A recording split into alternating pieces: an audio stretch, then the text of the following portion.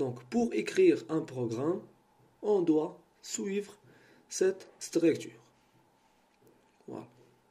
Donc, un programme, comme on avait dit, commence par ce symbole-là. Si vous voulez ajouter le nom de la pièce, par exemple, la date, la machine, la phase, le numéro de phase, donc c'est possible. Il commence par ce symbole-là et se termine par M2. Voilà. Donc, avant de commencer l'écriture d'un programme, il faut initialiser la machine. Ça veut dire il faut annuler tous les cycles. Voilà. Donc, le premier bloc sera une initialisation de la machine. Donc, G40, c'est l'annulation de la correction du rayon de l'outil. G80, c'est l'annulation de tous les cycles d'usinage qui étaient sur cette machine. G80, c'est la programmation absolue. M5, l'arrêt de la rotation de la broche. M9, c'est l'arrêt des arrosages. Maintenant, la machine est initialisée. Votre outil est par exemple dans une position quelconque, donc on doit ramener cet outil à l'origine mesure. C'est ce qu'on va faire avec le bloc numéro 20. Donc le bloc numéro 20, c'est aller au point de changement de l'outil. Donc G0, c'est la vitesse rapide. G52, c'est la programmation par rapport à l'origine mesure. X et Z sont les coordonnées de cette mesure. La plupart du temps sont X0 et Z0.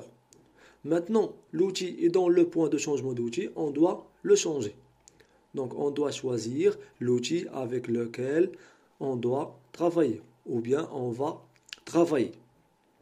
Dans la tourelle, si vous vous souvenez, on a dit qu'il y a des repères ou bien des numéros pour chaque outil. Donc, vous pouvez choisir votre outil selon ce numéro-là. Donc, par exemple, là, on a choisi l'outil numéro 1 avec D1. Donc, D1, c'est son correcteur.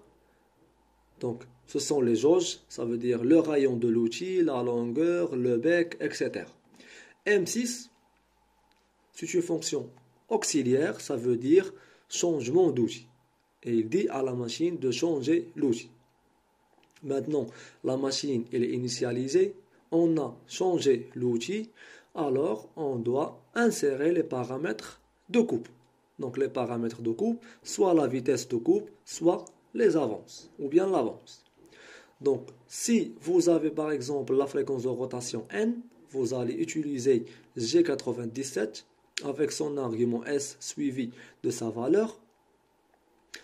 Avec la spécification du sens de rotation de la pièce, est-ce qu'un sens horaire ou bien anti-horaire, et la gamme d'usinage. Dans la partie suivante, on va voir l'importance de ces deux fonctions. Dans le bloc suivant, on va introduire l'avance. Donc G95, l'argument F suivi de 0,1, l'avance, et M8, c'est l'arrosage. Après, on va commencer les usages. Donc, G0, c'est la vitesse rapide, ça veut dire que l'outil viendra au point numéro 1 avec la vitesse rapide. G42, c'est une correction du rayon de l'outil à droite du profil à réaliser, en regardant toujours le sens de l'avance. X et Z sont les coordonnées du point 1. Maintenant, dans le bloc 110, on va commencer les usages, ça veut dire que l'outil viendra du point 1 au point 2 à la vitesse programmée.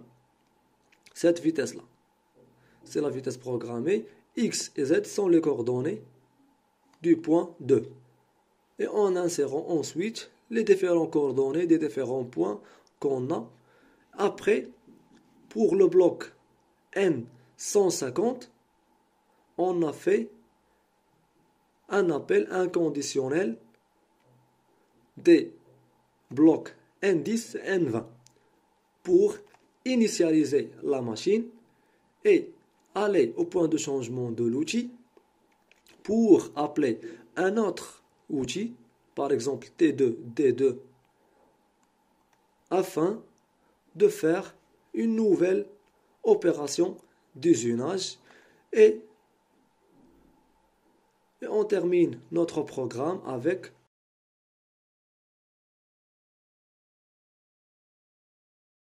M2.